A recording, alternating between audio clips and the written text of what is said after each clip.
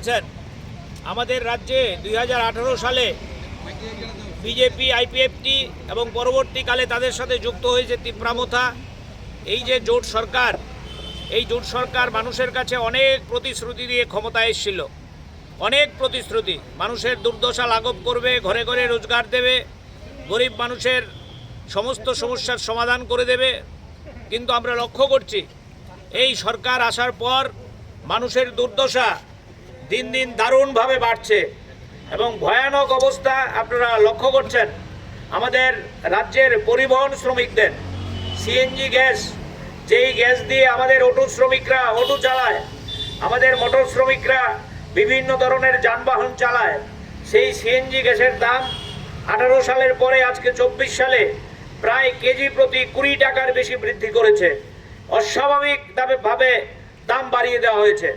একদিকে পেট্রোলজাত সামগ্রীর দাম বৃদ্ধি, একদিকে যন্ত্রাংশের দাম বৃদ্ধি, একদিকে ফিটনেসের ফি বৃদ্ধি, একদিকে ইন্স্যুরেন্সের ফি বৃদ্ধি, অন্যদিকে পাল্লা দিয়ে বাড়ছে সিএনজি গ্যাসের দাম, বাড়ছে রান্নার গ্যাসের দাম, আপনাদের পাইপলাইনের যে রান্নার গ্যাসের দাম এটাও সেখানে বাড়ছে।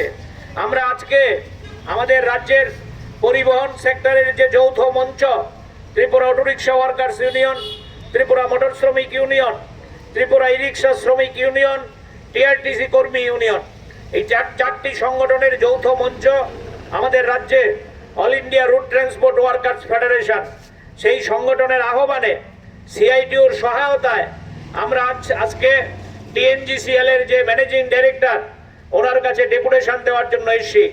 আমরা স্মারকলিপিতে দাবি জানিয়েছি অবিলম্বে এই সিএনজি গ্যাসের দাম প্রত্যাহার করতে হবে, অবিলম্বে পিএনজি গ্যাসের দাম প্রত্যাহার করতে হবে। আপনারা দেখছেন আমাদের রাজ্যের শ্রমিকদের রুটি রোজগার একদম বন্ধ। একদিকে যেমন যন্ত্রাংশের দাম বৃদ্ধি, অন্যদিকে জিনিসপত্রের দাম হু হু করে বাড়ছে এবং এই জিনিসপত্রের দাম বৃদ্ধির সাথে এই সিএনজি গ্যাসের দাম বৃদ্ধি অঙ্গাঙ্গিভাবে জড়িত। যখনই পেট্রোলের দাম বৃদ্ধি পায়, ডিজেলের দাম বৃদ্ধি পায়, রান্নার গ্যাসের দাম বৃদ্ধি পায় কিংবা এই সিএনজি গ্যাসের দাম বৃদ্ধি পায়, তখন দ্রব্যমূল্য স্বাভাবিকভাবেই নিয়ম করে বাড়তে থাকে। রাজ্যে আপনারা দেখছেন অস্বাভাবিক মূল্য বৃদ্ধি, কিন্তু বিজেপি সরকার সম্পূর্ণভাবে নীরব। রাজ্যের মধ্যে বিজেপির মুখ্যমন্ত্রী থেকে শুরু করে সব মন্ত্রীদের ফ্ল্যাক্স, তারা জয়ধ্বনি দিচ্ছে তারা ট্রিপল ইঞ্জিনের সরকার। দিল্লি থেকে নাকি কলস কলস টাকা আসছে, কিন্তু আমরা এই টাকা রাজ্যের মধ্যে দেখতে পাচ্ছি না। শুধু মন্ত্রীদের ছবি দেখতে পাচ্ছি আর বুলি দেখতে পাচ্ছি, ওই টুইট করছে আর সোশ্যাল মিডিয়ায় বড় বড় কথা বলছে। আমরা দাবি করছি বিজেপি সরকার নামক কোনো বস্তু যদি রাজ্যে থেকে থাকে, মানুষের এই যে দুর্দশা, এই দুর্দশার দিকে তারা নজর দিয়ে অবিলম্বে টিএনজিসি কর্তৃপক্ষের সাথে আলোচনা করে এই গ্যাসের দাম কমানোর জন্য তারা উদ্যোগ গ্রহণ করবে। তারা যদি মিনিমাম জনদরদি হয়ে থাকে তাহলে টিএনজিসি কর্তৃপক্ষের সাথে কথা বলে এই দাম বৃদ্ধি যে হয়েছে সেটা প্রত্যাহার করার জন্য উদ্যোগ গ্রহণ করবে।